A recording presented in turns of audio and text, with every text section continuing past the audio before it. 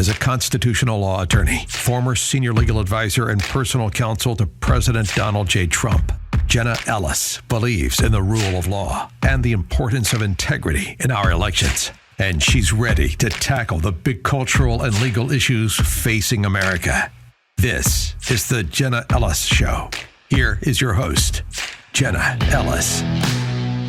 Hello, friends, and welcome to another episode of the Jenna Ellis Show. I'm Jenna Ellis, and we are praying for the victims' families of the tragic Christian school shooting there in Nashville. And more reports are coming out about the identity of this individual who was a biological female, but was undergoing transition or had transitioned to calling herself a he, him. And in fact, reports this morning that the Trans Resistance Network released a statement that this individual was the real victim somehow in the Christian school shooting. So how do we break this down? What is the truth about how we need to deal with this as a community in politics and policy? Of course, the left has their response, and then there is a truth-based response. So we're going to break it all down with my good friend Robby Starbuck, who is in Nashville and has been on the ground, has a lot of actually breaking news on this that you haven't heard yet in the media.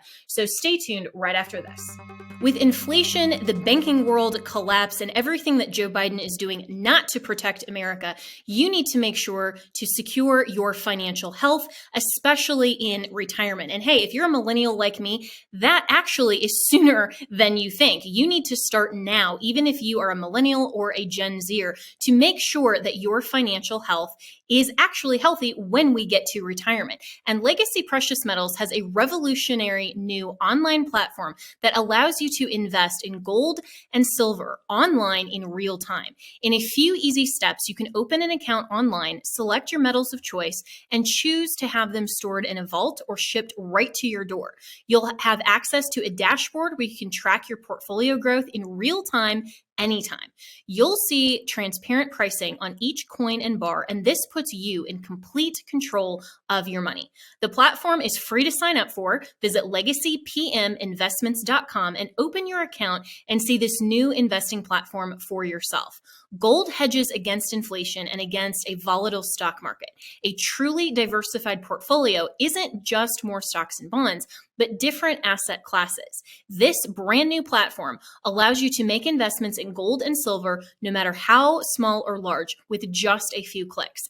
Visit legacypm.com to get started. You can download the free investor's guide, and you can also call Legacy PM Investments to talk to a portfolio expert to get expert answers to to customize your personal portfolio. So visit legacypminvestments.com to get started. Tell them that Jenna sent you.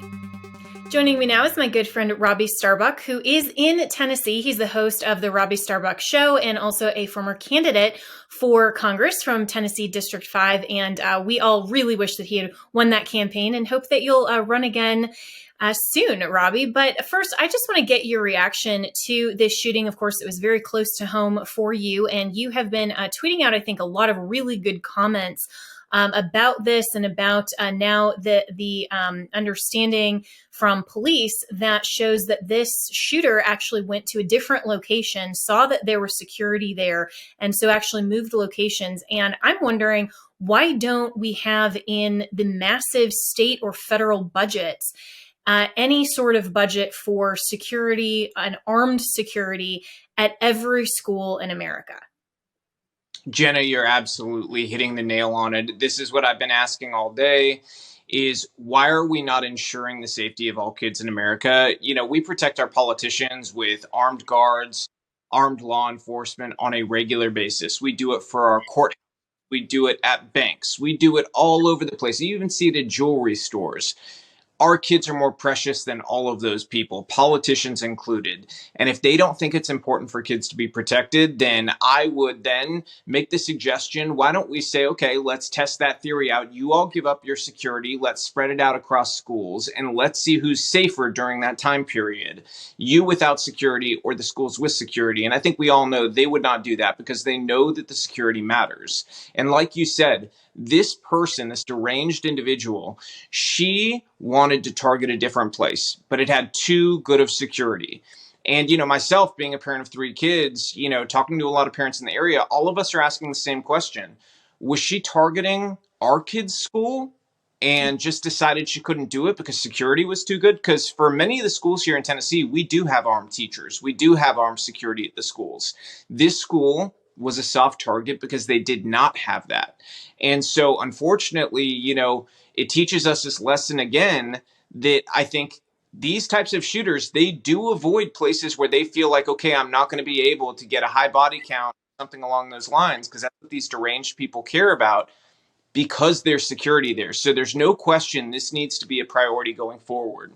Absolutely. And, I had a radio listener write in this morning after my radio show and said, so in light of the school shooting, I did some research. They estimate it would cost $4 billion per year to have an armed guard at every school in the United States. We've allocated at least $75 billion to Ukraine. So that is close to 19 years worth of school guards. And so, of course, online it said, and reports have come out that the shooter was going to another school, but changed because of security on campus. Metal detectors or gun laws would not have stopped this. Armed security would have. Not sure why districts don't put this into place. There are parents that are ex-cops or military that would take turns to provide this for free. But, the question then, of course, becomes if the leftists are claiming that gun control is the solution, which, of course, we know that that's just a pretext to try to take away the rights of every law-abiding individual. Why aren't states out of their education budget, which is a large percentage of their budget, or the federal budget that's allocating 19 years worth of security guards for every school across America, concerned about armed security? And that is actually a practical solution to protecting children. You have a very astute listener there who wrote that up, because there's so many good points in there. Number one, just look at Ukraine. Okay, it's actually more than 75 billion we've committed to them. It's over 100 billion at this point. And so you're talking about even longer period of time you could be paying for this security for our kids. But beyond that, let's look at something like the Federal Department of Education, who does effectively nothing but make things difficult on the state level for providing the type of education that our state parents expect for their kids to have. So it's a constant push and tug and pull between our standards, our values, and the federal government's. That shouldn't be occurring. And this is a duplicate, which is something some people don't understand still, is we have our own departments of education within our states. We could do away with the Federal Department of Education tomorrow and use that money to roll into safety initiatives for schools that would go beyond that amount of money that is, supposedly the cost it would take to go and provide security for all these schools. So there's no question we have so many mechanisms to do this and cut bloat within the government to find the money to do this. And here's the other thing. If we can find money to send Ukraine, we can find money to send to Dr. Fauci's crazy projects. We can find money to fund studies where we just check and see what monkeys do while they're on cocaine. And yes, that is a real study that the federal government funded, was we gave cocaine to monkeys, just see what happens. If we can find money for that stuff, we can find money to protect our kids. And it should infuriate people that that is something that our politicians have just not done. And I'm tired of talking about guns every time. If these politicians really cared, they would sit down and say, okay, you know what? Very clear, we are not going to agree on the gun issue. Let's go through everything we can agree on and let's get it done and not use this as a political football, because that's effectively what is, happening every time this goes on now, is they say, let's toss this back and forth and blame each other and use this for fundraising calls and get nothing done. There's very simple things you can do here that would make a huge difference. And the other part of this too is securing doors, getting the right types of windows to make sure that people can't gain entry. Because even yesterday in this shooting, the way they gained entry was reported incorrectly by the media. The media said that she entered a side door. That is incorrect. I was one of the first ones in contact with somebody in the investigation who told people this is not the case. They actually shot out a window/door to gain entry. And police officers actually used that same entry, and one of the officers actually got cut by the glass in the doorway. So that's part of how I know this. And beyond that, very early on, I knew there was something suspect with this case, because before the media had found out they were trans, I was given access to the 911 calls. And when I got access to those calls, I noticed a commonality. the calls were all referring to the person as he. Okay, so the media had said it was a woman. At that point, actually, they had said teen girl. And I said, that's very strange because all these calls, including from inside the school, refer to the shooter as a male or use he when they're talking about them. And so they said male in camo, white. That was the description, with no discrepancy. Nobody was saying female. And so at that point, I knew something's up here. And I remember I texted Sean Davis at the Federalist and a few other friends of ours. And I said, I'm not going to put this out there because I don't have it hard, evidence yet, but I have a feeling this is going to be a case of violence from a trans person. And I think that effectively, and again, we don't know this yet, but I feel like this is going to end up a situation where they say, you hurt our kids, we hurt yours. And it's effectively a new form of domestic terrorism where they say, hey, if you don't allow sex changes for little kids, we are going to go after your kids. And that's something that we need to find out, from law enforcement in that manifesto, if that's the case. Because if it is, there's more action warranted to go and look into possible, copycats. Absolutely. And there was actually another story that was in Fox News that was just reported that I texted you moments before we started this show. And the headline is, the Nashville shooter felt, quote, no other effective way to be seen, unquote, radical trans group says. And so, we are seeing that this has coincided with this kind of Trans Visibility Week and, some of these other posts that are genuinely hateful rhetoric that are against Christians, specifically against anyone who they perceive as being intolerant or bigoted against the trans ideology. And so how this particular instance may play into a larger paradigm of this new, as Brandon Strack, who's a friend of both of ours as well, has says, this may be trans terrorism. And he's actually been suspended on Twitter for suggesting that, which is absolutely insane because, Robby, if we had anyone who was a straight white male Christian who was saying this type of thing and perpetuated this type of act, then immediately the mainstream media all over the news would be calling this domestic terrorism. They would be calling, all kinds of names and completely painting the entire white race as white supremacists. They'd be painting Christians in a negative light. But we can't even ask factual-based questions about the trans community without being labeled bigots and apparently being censored online. This is insane. It is insane. And you know what? I had to just get to the point where I don't care what they call me anymore. I don't care. And I think that's the healthiest thing for people is stop listening to the names they call you. I get called every name in the book, get death threats, get nasty letters on a regular basis from these people. Just don't care. Okay. These are not people that I'm looking to impress in my life. They're not people whose opinions that I particularly think about, because when people are mentally ill, they fight back against people who are trying to help them. That's something that we see all the time.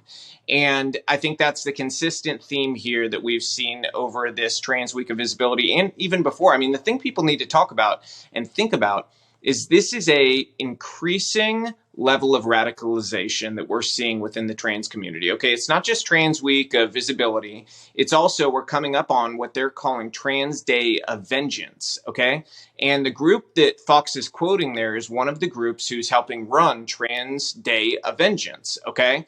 And they're not canceling that. That's this week. They're not canceling that with everything that's been going on. And many of these, trans people, they're wearing shirts with a bunch of different guns saying basically, trans rights or else. That's what it says. Okay. And I think we all know what or else means. Okay. You don't have to be a rocket scientist for that one.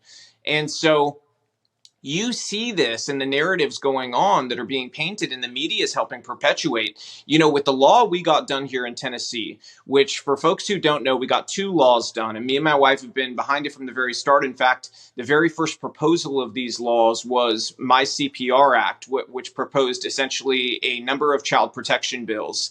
And we've got 2 of them done so far. One of them is a ban on children going to drag shows. The other one is that children cannot get sex change surgeries, hormones, or puberty blockers. So you've just got to be 18 years old, you've got to be an adult, and that's it. And the media and these trans activists have called this literally, not just once, but many, many, many times, a genocide, okay? They've called it a genocide on their people, and they say that we're killing trans people, literally killing them. And so if you perpetuate this idea and people believe it, you are going to radicalize people to behave the way that this crazed lady behaved yesterday, killing a bunch of people over it, because they truly believe this is the case, when in reality, we're just saying, hey, we need to hold up a minute here and make sure that kids are not being coerced or led into an area that is very dangerous, and that they get to be an adult with the ability to take in all the facts they've got at that time and make a decision on their own. Now, me personally, would I like to see it go even further? Yes, but we got done what I believe is within the confines of the Constitution and can be constitutionally defended at the Supreme Court. My personal morality aside, I think you know exactly where I stand on this. I think most people do. But in terms of constitutional law and the ability to get something done, this was something that felt like the very most you could really principally do to control what's going on here. Now, I think people have got to be aware of this, because we're entering a different time period where I think once this is begun, and it begun yesterday, we're going to see more and more of these copycats. Mm-hmm. And I agree with that, Robby. And I think that it would be interesting to know a lot more about this particular individual. There is, according to police, a manifesto that was written by her, and saying, of course, with this whole Trans Visibility Week, well, people will know my name after I'm gone. This will be in the news, something along those lines. And I would love to know, when did the so-called gender transition start? What types of hormones and medications were being given? Something that has not been reported in the media yet. She was on testosterone. Okay. And so, you think about this, if you shoot up a woman with testosterone, which, an average female who doesn't have male levels of this hormone, and then instill her with ideology that is rage filled and say, you're not visible, your people are being erased, and put all of the markers into them that will foment this type of rage, then should we really be surprised when they perpetuate these types of acts of violence, or even, commit suicide, which is absolutely horrific. But then when they're taking innocent people with them, and because she was saying that she wanted to die, which is totally tragic. And yet we think that somehow, this is just so-called gender affirming care. This is the opposite of care. This is not only perpetuating harm, specifically against these individuals who are taking these hormones, who are being literally, injected with all of these different drugs. They have surgeries that are mutilating their bodies. They have ideology that is driving them to commit these atrocities. But then, you think about the society then that we are living in. And while a lot of people are suggesting that, when you're an adult, you can have, totally free choices.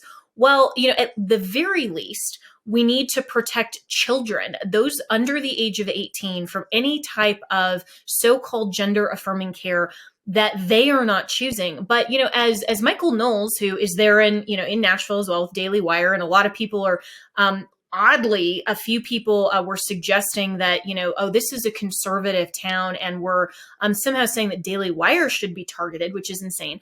But Michael Knowles gave a recent speech at CPAC, and he was on the show. And for listeners who didn't see that, go back and listen to, the Genocidal Maniac interview with Michael Knowles, because he rightly said, if transgenderism is true, then it's true for everyone.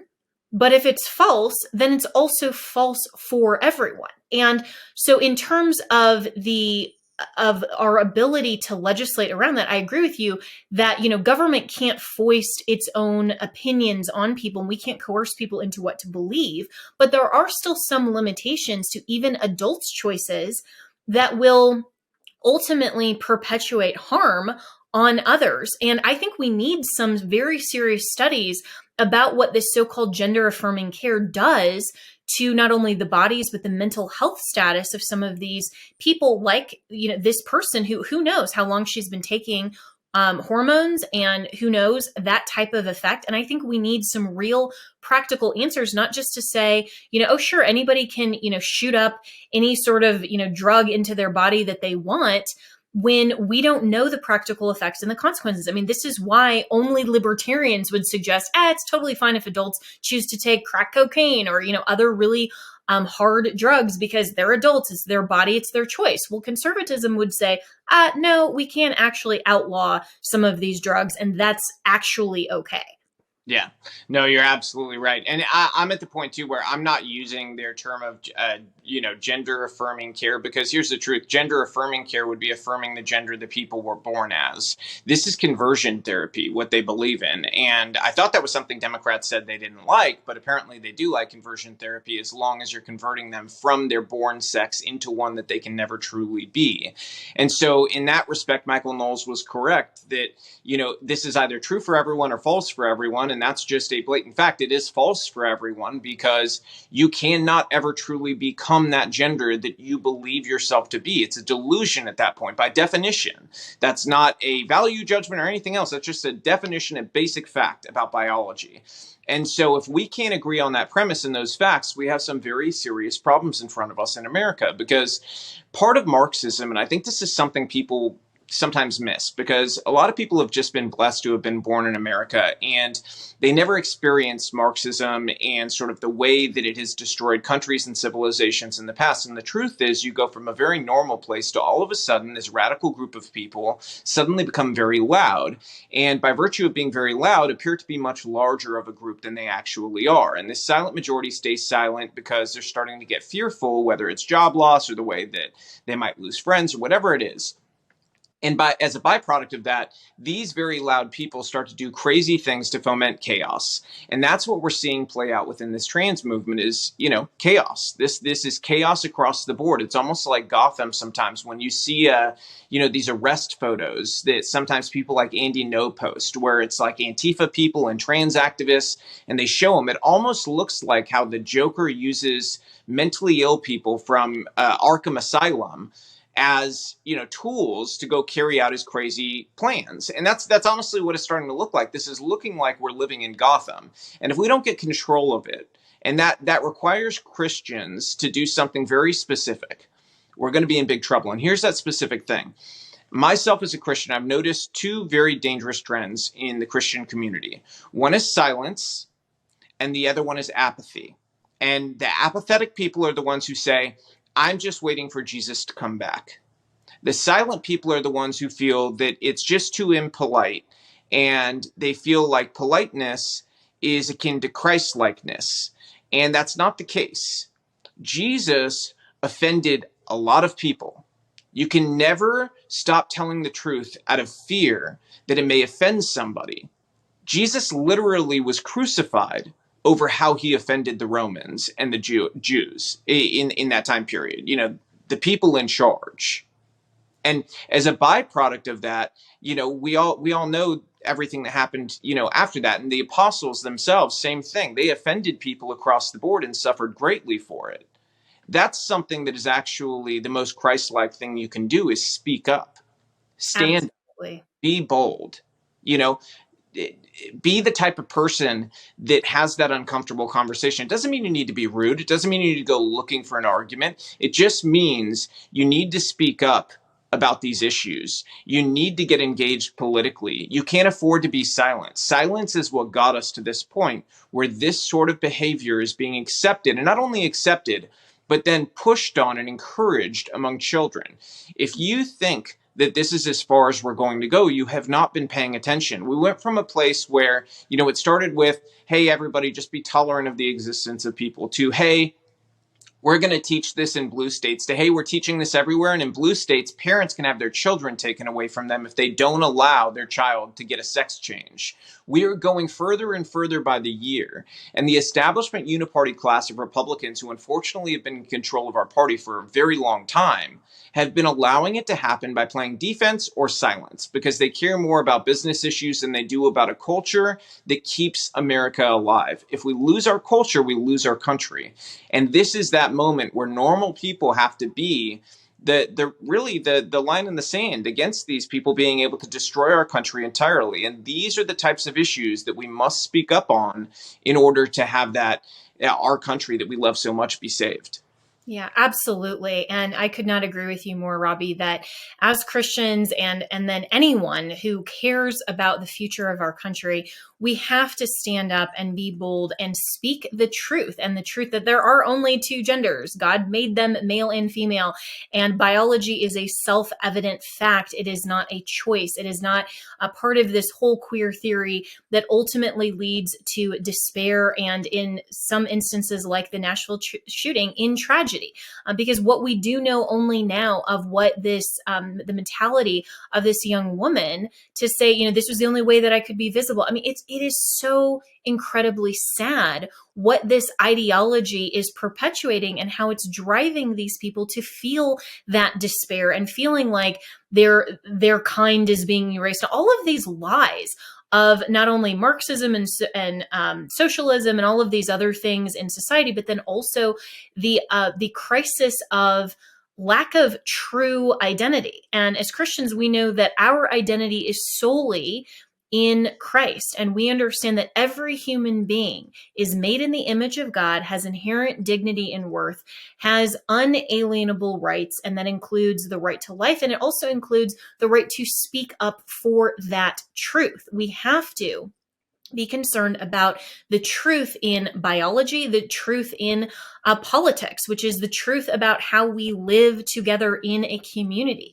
the truth in every area of study. And that includes the truth about our humanity. And, for years, I agree with you that the Christian community has acquiesced to the pressure of the culture to say, well, let's be tolerant and love is love. And we will just sit back and be silent and we'll maybe speak the truth within the four walls of our church. But we are seeing the ramifications of this that I agree with you are only going to get worse unless we say, no, it stops here and we have to roll this back and get back to accurate, correct definitions and truthful policy in and throughout our civil society. So Robby Starbuck, really appreciate your comments today. And, we're just praying for Nashville, praying for our country. And thank you so much for your service to this country as well in running for office and for everything that we're doing. So everyone can follow Robby Starbuck. It's Starbuck singular, not Starbucks like the coffee. So you can always follow him on Twitter. Always have really good comments. Where can people find your show as well? They can find it on Rumble, on Apple Podcasts, YouTube, pretty much all platforms, Spotify, wherever people listen to their podcasts. Search the Robby Starbuck Show, and you'll be able to get that. And thank you so much for having me on. And I would just tell everybody, please, if you have time, say a couple prayers for those families, because we're talking about the best types of people. I mean, I've heard nothing but the best things about the people and the sweet little babies who lost their lives. And it's just, the community really has been just shaken to the core in the most intense way. And I don't know that anything has hit the community harder than this. I mean, this is really, it's hurt a lot of people, a lot more than just the people who had their lives taken. I mean, this is really extended across the entire community. We're just heartbroken over it. And we are praying for the community there and each of the families that lost loved ones in this tragedy, and for the family of the shooter as well. I mean, nothing has really come out as far as the ties that she had. Apparently, according to reports, she had went to this school actually when she was younger. So, a lot more that is going to come out, and we're just so sorry for all of this. And, the solutions, of course, have to be found centered in truth, not just in these political reactions of saying, oh, gun control, or, however else the left wants to politicize it. We always need to come back to truth. So thanks so much, Robby. And definitely go and subscribe to his show on Rumble. Subscribe to this show as well. Rumble is where free speech lives. And we are very thankful to have a Rumble channel that doesn't get suspended as often as YouTube does. And we can talk about issues of Christianity, of truth in politics, truth in community, without being censored. So definitely hit that subscribe button. Even if you just stream audio, go and support us there on Rumble and the Salem Podcast Network. And you've been listening to The Jenna Ellis Show, and we will talk with you tomorrow.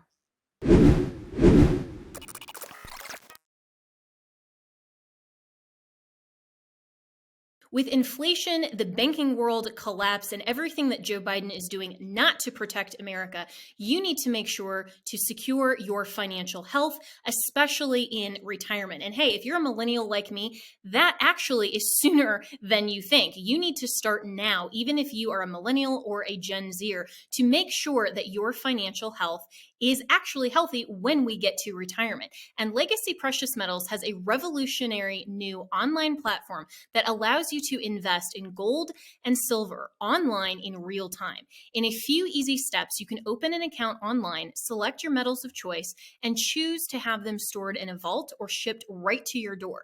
You'll have access to a dashboard where you can track your portfolio growth in real time anytime. You'll see transparent pricing on each coin and bar, and this puts you in complete control of your money. The platform is free to sign up for. Visit legacypminvestments.com and open your account and see this new investing platform for yourself. Gold hedges against inflation and against a volatile stock market. A truly diversified portfolio isn't just more stocks and bonds, but different asset classes. This brand new platform allows you to make investments in gold and silver, no matter how small or large, with just a few clicks. Visit legacypm.com to get started. You can download the free investor's guide, and you can also call Legacy PM Investments to talk to a portfolio expert to get expert answers to to customize your personal portfolio. So visit legacypminvestments.com to get started. Tell them that Jenna sent you. Have you ever picked up a towel set because it felt so soft in the store, but then when you leave and you go to use it, it's not really that absorbent? It's basically a towel that is leaving you out to dry. That's why MyPillow has developed the MyPillow towels that actually work. I know, it's totally mind-blowing. Towels that actually dry you. Their 6-piece towel set includes 2 bath towels, 2 hand towels, and 2 washcloths. They come in a variety of colors. I have the sage green and the white. I love them. And right now you can receive a 6-piece set for only $39.98 with promo code Jenna. That's JENNA. So go to mypillow.com right now and click on the radio listeners special. MyPillow products come with a 10-year warranty and have a 60-day money-back guarantee. So to receive this amazing offer on the 6-piece towel set of MyPillow towels, just go to mypillow.com, click on the radio listener special, and enter promo code Jenna, that's JENNA, or call 1-800-564-8475. That's mypillow.com, promo code Jenna.